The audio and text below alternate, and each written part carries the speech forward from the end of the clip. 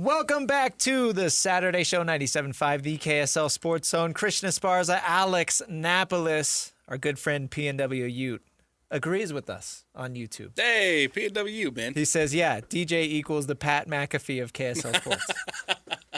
He's just everywhere. You can't get away from DJ. Yes. You're listening from 6 to 10. There he is. He called me. You're listening to the ad breaks in between shows. There he is. You're listening on Friday nights. There he is. DJ's everywhere. He's taken this funny approach now with the changes and everything to constantly remind me how much younger I am than him. Oh yeah. And we were talking about phone booths and how we didn't know how I've never seen a phone booth and Yeah. And somebody tweeted in and was like, "Wow, DJ, you guys are just hiring kindergartners now." And so I got called a kindergartner in week 1 working with DJ. That's funny. Well, yeah, all their listeners, they've been listening for a while. You can only listen for a while if you've got some years of experience. That's true. That is true. And to anybody of that age, I'm sure we seem like children. Yes. And, in the grand scheme of things, I guess we still are pretty green. So that's why we appreciate anybody listening on Saturdays. But kindergartner, come on, man. You didn't like that one? No, I didn't like that one. No, Jake and Ben have this running bit where they explain everything to me because I don't know a lot of things. If you've listened to Jake and Ben, you've heard them do this. Yeah. They'll talk about who'd they do it the other day with, like an actress, and they'll be like, Christian so-and-so was an actress from the 80s, was in these movies, and was really good. Yeah. Like, okay, I get it. Thanks. But that's me too when I fill in for you. Yeah, I just can't remember. Okay. I don't remember who the actress was. It's a funny bit. I get it. Yeah. Well, we'll get there. Yes. One day. We're learning. But not kindergartners. No. Alex, let's jump into fall camp sound. It is fall camp time, and it ends next week, I believe, right? I think BYU, well, I don't want to spoil what Kalani says here, but I think BYU ends next week, BYU camp. I'm not quite certain when Utah ends, but game 1 is on the horizon, 2 weeks away. So the end of fall camp is near. The end of fall camp is near, and it's time to start ramping up and getting game prep ready, man. It's time to get ready for week 1. Football's almost here. Let's jump right in and listen to what Kalani Sitake had to say. This was yesterday from BYU camp. Well, good practice. We've had some good live stuff, this week, and get a scrimmage tomorrow. So we're 2 weeks out from the game, and really excited about where we're at right now. I've had a really good 2-minute situation with the team at the end of practice, and I love the way the guys are working. So it's going to be a lot of fun and playing some real football now, and seeing the guys learn and develop in the last couple weeks has been awesome, and really excited where this is headed, and we just got to take advantage of all the time that we have. What questions do you have for me? Kalani, what was the deal with the bright blue helmets? Those are the game helmets, right? Yeah, I think that because we've been wearing the white helmets most camp, and so we got to break in the helmets, and I think it's just so they didn't want to have it the first time that they're wearing the helmet is be in the game, and so I don't know. These guys are all spoiled. They have so many different helmets and shoes and all that stuff, so when I played, it was one helmet. That was it, and so so I think they have to just break them in a little bit and go with it. But it looks nice. I like the way the look of them, and I'm not sure what the uniform. Do we know what that is yet? Brett, do you know what it is? I think it's royal top, white pants. Okay, royal top and white pants. So I'm good with it. I like those colors. When you brought in DeMario, he was originally going to do corners, and then you moved him to safeties. I think, if I'm right. What was the thinking behind that? Well, I think just looking at the candidates that we had for safeties and corners, we knew that DeMario could coach either one. And so, and he has head coaching experience with his time in Southern Utah. He has coordinator experience, and so really like the way that he works. And he's also best friends with General Guilford, so they're very similar in their teaching style. And we just knew that there could be some flexibility with him there, and the opportunity to get Lewis Walker and Demo was really important. And I think they're going to be really good for us this year. Will tomorrow be your last full live stadium look like you planned halfway through? Yeah, with a lot of the guys, we probably already passed that. We did some live stuff this week, and I don't know if we need some of the guys to be live, but there's others that need to feel like what it's like to be tackled and break tackles. And so we'll get a look at all those guys. And then there's certain things that we need to do, as a team to get these guys to be a little bit more physical. But the majority of the guys are all ready to go. We just got to keep them. I mean, it's you develop these calluses and you get your body ready with the sparring that we do. So we I think most of the guys are ready, but there's some others that are a little bit soft skin, need a little beaten up. So we'll get that done tomorrow, and then we'll be ready for the season when we get to 2 weeks away. Yeah, once you get to next Saturday, then you're into ramp-up mode in a typical game build up at that point. And then we focus more on our opponents too. Midway, so a week and a half out, we're going to be focusing on Utah Tech, and right now we're trying to get all our stuff in and figure out what's the best game plan, the strategy for week one. And so we'll just, it was a lot of work. The coaches did a great job, and we're almost there. But we'll need tomorrow, and we'll need the first 2 days next week to get ready. When does fall camp officially close? I think officially maybe in the middle of next week. Okay. And so, I thought the camp, I mean, the guys were way more ready than ever before, and so things were a lot easier.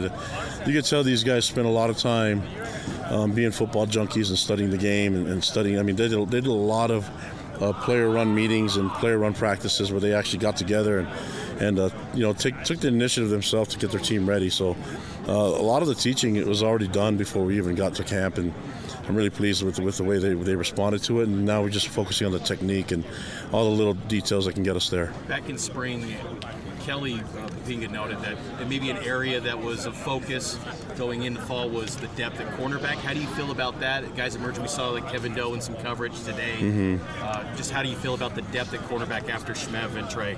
Yeah, and that's why we brought Jay Will here, so having him and seeing the development of K-Doe and seeing the development of Jordan Chris and Matthias Leach, those guys are coming along really nicely, and so we feel good about the depth there. Had Cannon DeVries playing some nickel for us too, and used Tommy there, so we've had a bunch of different versatile looks with the defense, and so I feel like we're in a really good spot. And there's a lot of corners that can play and a lot of DBs that can play. We have safeties that can play corner, so there's a lot of cross-training between the two positions. That's why it's important to have a lot of great communication between Demo and Coach Walker. Anything else? The development of the mustache, could you elaborate on? Oh, the mustache? Yeah. Honestly, I have a...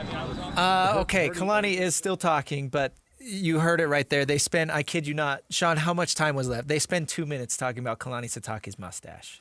So if you want to hear that, you can go find it at kslsports.com/podcast or wherever you get your podcast. You can go and hear those 2 minutes of Kalani Sitake mustache talk, as well as Justin Kirkland and Reggie Frischnecht and everybody else who spoke this week. But of course, the 2 minutes of Kalani's mustache talk is probably what you're looking for if you're looking for Brigham Young University sound at KSL Podcast. Yes. Always great to hear from Kalani. Always great to hear about the goings-on down there at BYU during our fall camp, especially in a season like this, man, where you have so many, such high expectations, right? Such high of a want from the fan base to finally get over that hump and potentially win a Big 12 championship and potentially make it to a college football playoff. Yeah, and I think everything's going to be under the microscope now because of what we've talked about the last 2 weeks with all of this drama going on behind the scenes. And at the end of the day, if you're Kalani, you've got to put that aside you and go out and win football games because, you talk about teams coming, hitting up your phone at the end of the year. That's going to stop if you're not winning football games anymore. Absolutely. Right? So for Kalani's best interest, whether he does feel like he needs to leave BYU or, he wants to stay at BYU and win as many games as he can. Like his ultimate goal is going to win games, is going to want to win games because that is better for everybody. It's better for him and his resume and his legacy. And of course, that's what BYU wants. And hopefully this year they're on the other side of the college football playoff committee. Yep, that's where you want to get to. Again, as far as your BYU, and it seems like right now, man, they have all the pieces in place, all the players in place to do so. Really, really excited about that defense. Really excited about Bear and his development and see where he's at heading into year 2. And we're so close. We're so close to seeing some of those answers. We're so close to seeing. And again, for BYU, I think even more so, than the Utah conversation. Obviously, you take on an FCS school week 1, which is great. That's fine. But then week 2, you have a big, massive Big 12 test coming up with Arizona week 2 in Provo. Can't wait. Yeah. Let's hop across the valley, shall we? And listen to the other head coach, Morgan Scalley. This was not from yesterday. It was from earlier in the week. But it's always great to hear from Coach Scalley. Let's hear what he had to say. Good. You're getting into the kind of the dog days of fall camp. You know, it's easy to have energy on day one, easy to be excited on day one. It's having that same energy throughout. Really good practice today, competitive. We're becoming better, situational mechanics, and it's good that it's competitive right now, that you don't have one side dominating the other. And I think the coaches are doing a good job of keeping our guys fresh, but understanding we got to be physical. Coach, offensive line was a big priority coming into camp. Do you feel like you've got this down to 2 or 3 combinations you feel good about? Not yet. We're still a couple of bumps and bruises that shifts things around, but we'll have our dudes by game 1. Where does Obot fit into that? He's looking really good, but he understands the stuff he needs to work on, and no spots are solidified right now. You guys had a scrimmage on Saturday. What stood out from that, first scrimmage? I would say the play of Matiaki Helu showed up in a big way. Lance Holtzclaw off the edge, making a bunch of plays, receivers downfield. So there's a lot of good stuff. I thought the situational mechanics, like I said, that's one thing that, at the beginning of camp, not clean enough, not fast enough, but much better.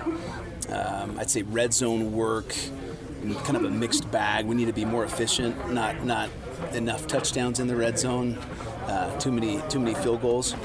Having said that, the kicking game's really good. Kicking game is really good. Love our 2 kickers, and obviously Orion's been established as a punter, but both Dylan and Tanner are doing a nice job. Morgan, obviously the offensive line has been a question mark for you guys. Just what else do you want to see out of them as fall camp progresses?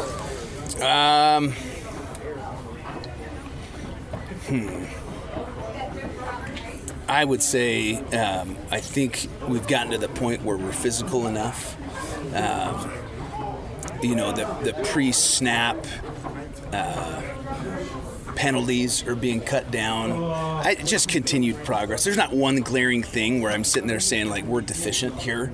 It's just maybe a little bit cleaner in the things that we're doing, from protection to taking on slanters. So, and they've got, one of the best teachers I know in Jordan Gross. So, I'm excited for that group and what they're going to show that first game. How does the defense look right now? Defense looks good. We're solidifying that, the D tackle spot. Same thing on offense. You get these bumps and bruises, guys, having to be out of practice or 2. So still, that's up for grabs as well. Getting Carson Kafusi back and, mixing in some guys. So that's unsettled right now. Are you still exploring bringing back in the Naquire Rogers or any other class of 22 guys, or do you feel like this roster's set? We feel pretty good right now. This time last week, you talked about tensions being kind of high between the offense and the defense, and maybe even wanting to cool down a little bit. What is the process like, and how neat is it to watch a team become a team when they stop competing with each other and start, jumping on the same page? Oh, I think we have it now, and I wouldn't say. You have to be competitive without being combative. It's the stuff that's going to get you penalized, the extra shoves and stuff like that, and so there is a fine line, but our guys do a really good job of making sure that we don't take it to that next level where all of a sudden there's stupid penalties, and I would say it's really not an issue, and this is a very close team. I'm excited. It seems like you've made a pretty intentional effort to invite former players back into the program, have them watch practice. Why is that important for you? Why is it important to have alumni around? Well, man, they bled and sweat, and they love this program, and they want to know that there's a legacy there that, I mean, shoot, our current players didn't build this building. Our current players are building their own legacy. So there's a lot of guys with a lot of passion for this program. The way it's been run, the family atmosphere, they need to know that continues. You talked about, obviously, the offensive and defensive line. There's still positions up for grabs. Mm-hmm. How about the depth and your pecking order at wide receiver, corner, some of those other positions? Just lovely. I mean, yeah, we got good ones. I'm not going to tell you what that depth is, but we got good depth, and do your fantasy draft or whatever. That we got really good ones. I'm excited for that group both, and that's another group that traditionally they're sitting there in their fights every day with the wide receivers and DBs. They do a really good job of pushing each other, but knowing that we got to get to the party healthy. Just lovely, Alex. Just lovely. There you go. That is Utah head coach Morgan Scalley addressing the media during camp. One big takeaway there, and something that we will hit on the other side. Scalley says they are not interested in bringing anybody in from that class of 2022 in Junction. A big player, they brought up Nakari Rogers, another big player, Blake Cotton, that had spent the preseason with the Denver Broncos. He has come back to college football, but he's entering the transfer portal. Sounds like Utah is not going to be in on him. Scalley says the roster is set. Yes, we'll get more into that too, because there's a lot happening with this. There's a lot happening with the injunction. There's a lot happening with the TROs. That now the one that we talked about a couple weeks ago with the Colorado judge, essentially giving eligibility to the class of 2022. Now that potentially it's stayed, so that's potentially going to change. Where does that leave a guy like Jackson Kohler, who committed to BYU yesterday? More on that next. Yes. Stick with us. It's the Saturday Show, 97.5, the KSL Sports Zone. Welcome back to the Saturday Show, 97.5, the KSL Sports Zone. Christian Esparza, Alex Napoles, thank you for tuning in, making us a part of your Saturday morning. Hope you got great plans. Whether your kids are back in school, maybe this is your first Saturday after the kids have started school back up. How is, I don't know, it's not like do you have siblings still in school? No, they're all graduated. Okay. I don't know how the first week is. It used to be kind of like a, what do they call it, disclosure week or whatever? Yeah.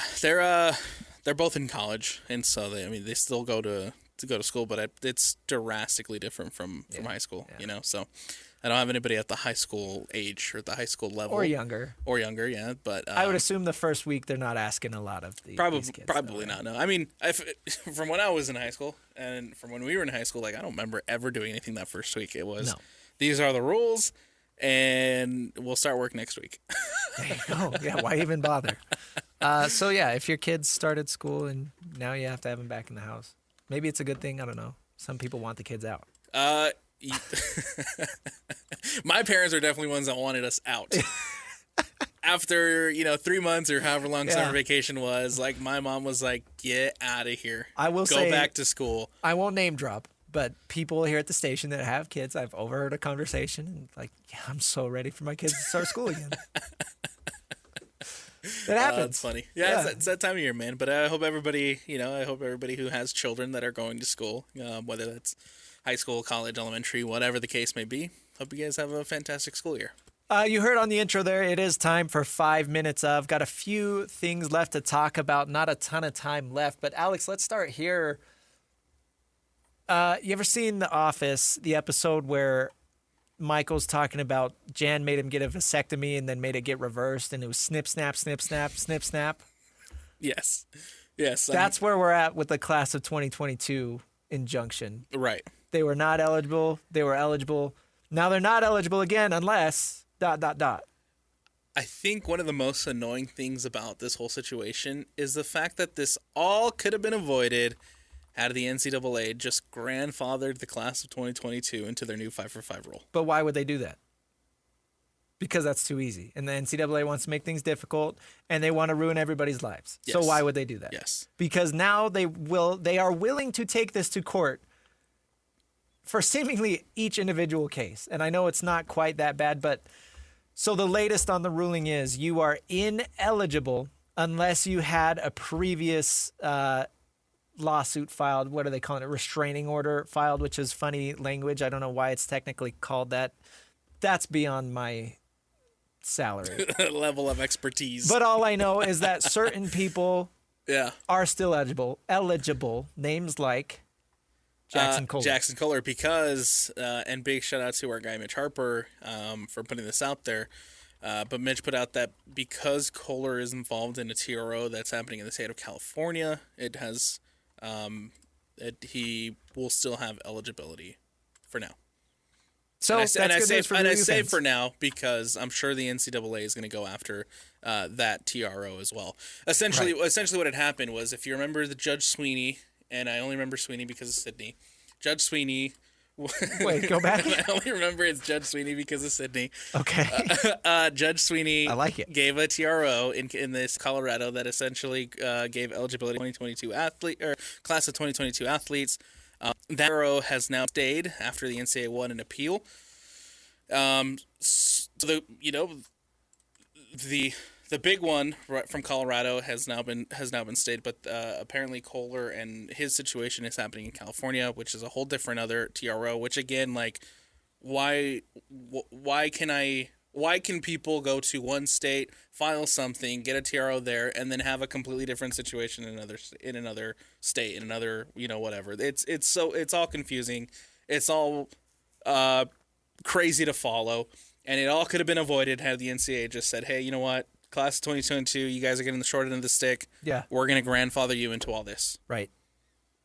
It's too easy. Why would they do the easy thing that makes sense? Makes no sense. I think that is the very frustrating part about this, is that it's always a headache. They're always trying to win every minor battle that they can just to say that they did. Just to say that they fought a battle and won, because they have been made a fool of over the last few years with everything.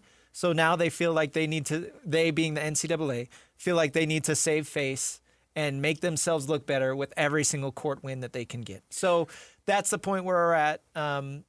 Well, and then on top of that, you go to the East Coast, you go down to the great state of Louisiana, and there's another one where now NFL players who have been in contracts or are fighting for a roster spot or can potentially move on to practice squads or whatever the case may be, now can go back to college football if they still have another year of eligibility. Blake Cotton being one of those, was on the Utes roster, of course, last year, spent the preseason with the Denver Broncos.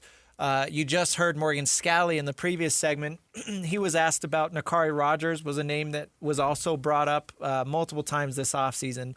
If he received another year of eligibility, would Utah be interested in bringing in Nakari Rogers or really anybody else? And Scalley basically said the roster's set. And frankly, that's where a lot of these football programs are, because, again, week 0 is next week. Yes. Week 1 is 2 weeks away. Yes. So unless Texas Tech is getting David Bailey back, which of course is not happening. That's just an example of the caliber of player that you'd want to bring in. You're not bringing in some bench guy just because he has an extra year of eligibility. Like, you've got your rosters set. You've got your rotations almost set. Like, it's time to focus on the games. Why bring in another player who's going to complicate all that? Again, unless it's some star player, that's a different situation. But we are seeing some of these instances, whatever. It's a headache. It's a mess. Well, did you see the possibility of, because of this whole situation, the possibility now that Texas Tech might have a quarterback after all? Oh, who's that? You remember Tommy Castellanos, FSU? Not Nick Castellanos. 6-year anniversary of that, by the way. No, not that Hitting one. it deep in the left field. Yeah, not that one. Yes. Not that one. But Tommy, he was the former Florida State quarterback. Okay. Now, because of everything that's happening, he might have some eligibility left. Of course, there's still, I think, legal battles to be had with everything that's, with all these TROs, with all these injunctions. There's still legal battles to be figured out. But Texas Tech is trying to bring in Tommy Castellanos. Well, they'll sit there and tell you that Will Hammond has been their guy and will always be their guy, and then they'll tell you one thing and then show you another thing by trying to bring a different quarterback on top of him. So that tells you what Texas Tech thinks about Will Hammond as a quarterback. And it just goes further to show that college sports is an absolute mess. Of course. It's a mess. No chance of it getting fixed anytime soon, by the way. Nope. Not when you're 8 days away from the football season starting. No, great point. point. No, because the football season's going to start here in 9 days. We're going to be playing football, and everybody's going to forget everything that's going to happen. And then, once December rolls around, we see another Lane Kiffin situation. We start seeing some transfer portal situations, some, what do you call it? The tampering situations. We're going to be right back to square one, and we're just going to go through another summer of injunctions, another summer of drama, intrigue, suspense, whatever you want to call it, because it's just a repeating cycle until somebody can figure it out. NCAA. Yeah, no, they're not going to. Some other news that we never really got to talk about. The Utah Jazz schedule dropped. We are so excited for the Jazz season to be here because it's going to be hopefully playoff basketball. And now, you used to look at the schedule during the tank note era and be like, okay, are the Jazz going to be able to lose enough games to hold on to their pick? When do they need to start tanking? Now you look at it and say, okay, how many wins can the Jazz get? What stretches, what opportunities can they take advantage of to make the playoffs? And I think this is a very interesting schedule because it does matter, right? Some teams benefit from their schedule. Some teams are really hurt by their schedule. I think looking at the Jazz in particular, one thing that's going to hurt them is they have quite a few one-night homestands amidst road stretches. December and February in particular. You look at February, they've got 3 separate instances where they have just a one-game homestand. And I think you talk about a young team that at that point, that late in the year, or I guess midway through the season at that time, they're going to need as much home rest as they can get.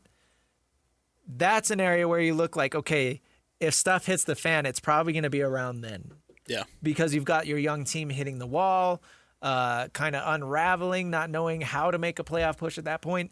And then on top of that, you've got the lack of rest because you've got all these one-game homestands, a lot of road games during that stretch.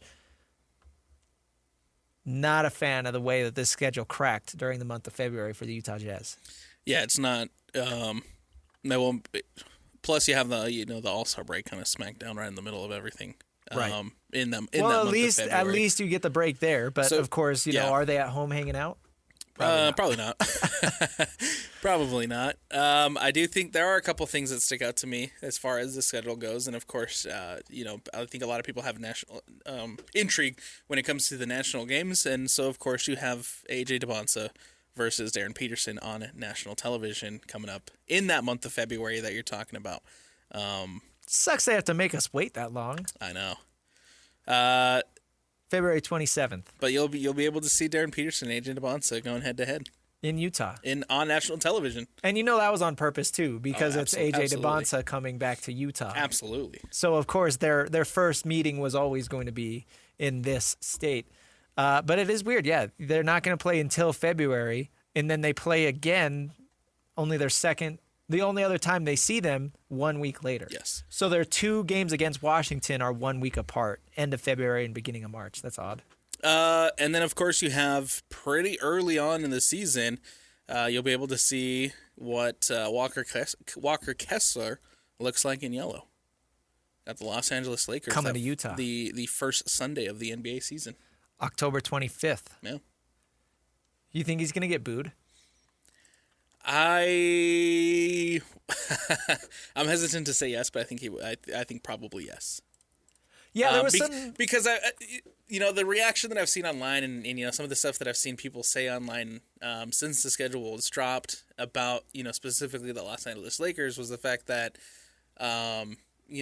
they really took to the Instagram post that he had made, right, about wanting to be in Utah, about wanting to stay in Utah. You don't put roots where you don't want to grow. Yeah, you don't put roots, that whole Instagram thing. And people have now taken, it's... Then turn around and bounce a week later. Right. When it first came out, people were like, oh, this is awesome. That's such a great quote. And now people are like, you suck. You're the worst. because he left a week later. And so I'm sure that there is some animosity and there will probably be some booze there from most of the time when a player is traded, it wasn't their choice. But this is obviously a completely different situation because Walker was a restricted free agent. Right. And he chose to go talk to LA. Yep. And he chose to not take the Jazz's offer. Whether or not the Jazz lowballed him, I don't really know the exact offer. There's been a lot of rumors. I don't know how far apart the Jazz and Walker Kessler were. But at the end of the day, he chose to go to L.A., and the Jazz took advantage of that and got a bunch of picks in return. So whatever. I'm with you. I think he'll get booed. And then, of course, you'll open up the season with Jaren Jackson playing Memphis for the season opener. At Memphis. He goes back to Memphis. Walt Clayton revenge game. Oh, yeah. Real quick, they do get a nice stretch to end the season at home. They've got 4 home games in a row. Their last game of the season will be at Golden State, but their previous 4 games before that will all be at home. So that'll maybe be a nice opportunity to make one last push for playoff seeding, not just to make the playoffs. So Jazz season feels like it's just around the corner. We still got a couple months to wait, but very excited for the NBA season this year. Let's take a break, Alex, and then on the other side, we will wrap things up. This is the Saturday Show. Stick with us. 97.5, the KSL Sports Zone. Was, if you remember the Judge Sweeney, and I only remember Sweeney because of Sydney. Judge Sweeney. Wait, go back. Wrapping up another edition of the Saturday Show. I'm Christian Esparza. Alex Napoles with me. As always, got Sean producing behind the glass. Thank you for sticking with us one more week. 2 weeks out, Alex, from the start of college football season. Yes, we're so close. It's really excited for the football season. Wish we had more time too, because there's still so much that happened this week that we didn't even have a chance to get to. But there's the NBA ownership drama that's happening with Matt Ishbia, with the Lakers and everything happening there. There's a couple big moves, a couple big trades, a couple big things happening in the NBA. DeRozan last night signing for the Denver Nuggets after Peyton Watson gets traded to the Cavaliers. Yeah, many thoughts there, but there's still just so much, and we're so close to getting to college football Saturday. I think it's gonna be fun. Yeah. We were making some intros yesterday. Lloyd and I were working on that. Oh, okay. I'm excited. Okay. I haven't heard them. We were just editing the ones from last year. Oh, gotcha. So yeah, that is 2 weeks away, and we are so excited because it's going to be great years, not just for BYU and Utah, but Utah State as well. So want to make sure that we include them when we talk about our local college football teams, because Bronco teams traditionally make a big jump in year 2. And then you've got Kalani returning at BYU. And, of course, the big intrigue is how does Morgan Scalley do after Kyle Whittingham leaves. And I think that there's a lot of intrigue up there in Logan because I think everybody up there recognizes the opportunity that they're in. I know it's not the Big 12 of old, but if you can come in and make some noise the Pac-12, if you can go in and make some noise in the new Pac-12, then kind of cement yourself as a team that's going to be competitive. Kind of cement yourself as a team that's always going to be in the mix for Pac-12 championships. And I think a lot of people up there realize that. And there's also going to be some intrigue for that Utah State season. I'm excited, man. 2 weeks away. Hey, here's what we got on today's docket here on the station. Coming up at 4:30 RSL pregame as they get ready to take on Orlando. 5:30 first kick. That will be on 97.5. Over on the 1280 side, you're going to have the Bees taking on the Reno Aces. That game starts at 6:20. The on-deck circle starts at 6:20, 6:35 first pitch. Then coming up tomorrow, the Bees wrapping that series against the Aces. That will be on both signals, 97.5 and 1280. On-deck circle starts at 5:50 for the Bees tomorrow, and then 6:05 first pitch. For Alex and Sean, I'm Christian. It's the Saturday Show. Catch you next week.